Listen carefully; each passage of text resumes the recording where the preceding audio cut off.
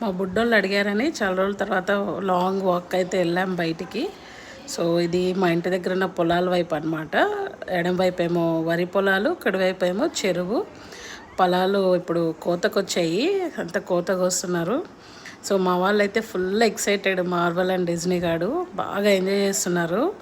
Weather అయితే చాలా బాగుంది, చల్లగా ఉంది, రోడ్లు వేడిగా లేవు, వెదర్ కూడా వేడిగా లేదు, చాలా ప్రశాంతంగా ఆనందంగా ఉంది. అలా నడుచుకొని వెళ్తుంటే ఫైనల్గా లేక్ ఎండ్ పాయింట్కి అయితే వచ్చేసాము. ఇంకా మా వాళ్ళు full sniffing, jumping, walking. Marvel అయితే ఎక్స్ట్రా అలర్ట్ అయిపోయాడు.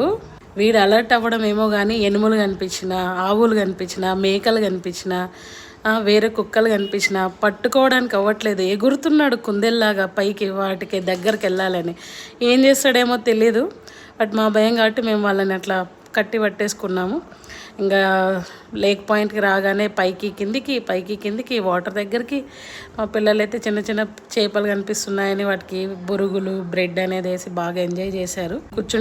మేమైతే కూర్చుండిపోయాం అలసిపోయి. వీళ్ళకైతే కొంచెం ఎక్సర్సైజ్ ఉండాలని పైకి కిందికి చేశారు.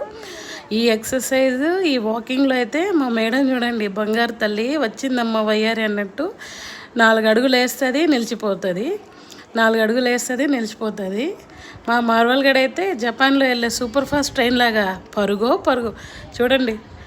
అటు 2 కిలోమీటర్స్, ఇటు 2 కిలో, మొత్తం 4 కిలోమీటర్స్ వాకింగ్ చేస్తాను. తర్వాత కూడా మా వాడు ఎంత ఎగ్జైటెడ్గా, ఎంత హ్యాపీగా వస్తున్నాడు. చాలా గట్టుడు మా వాడు. మా డిజ్నీని అయితే ఆల్రెడీ వెనకాల ఎత్తేసుకున్నారు. అమ్మాయి నడవలేకపోతుంది అనమాట. బట్ ఈవినింగ్ అయితే మంచిగా ఎంజాయ్ చేసాం, బాగా ఉండింది. పిల్లలు కూడా మంచిగా ఎంజాయ్ చేశారు.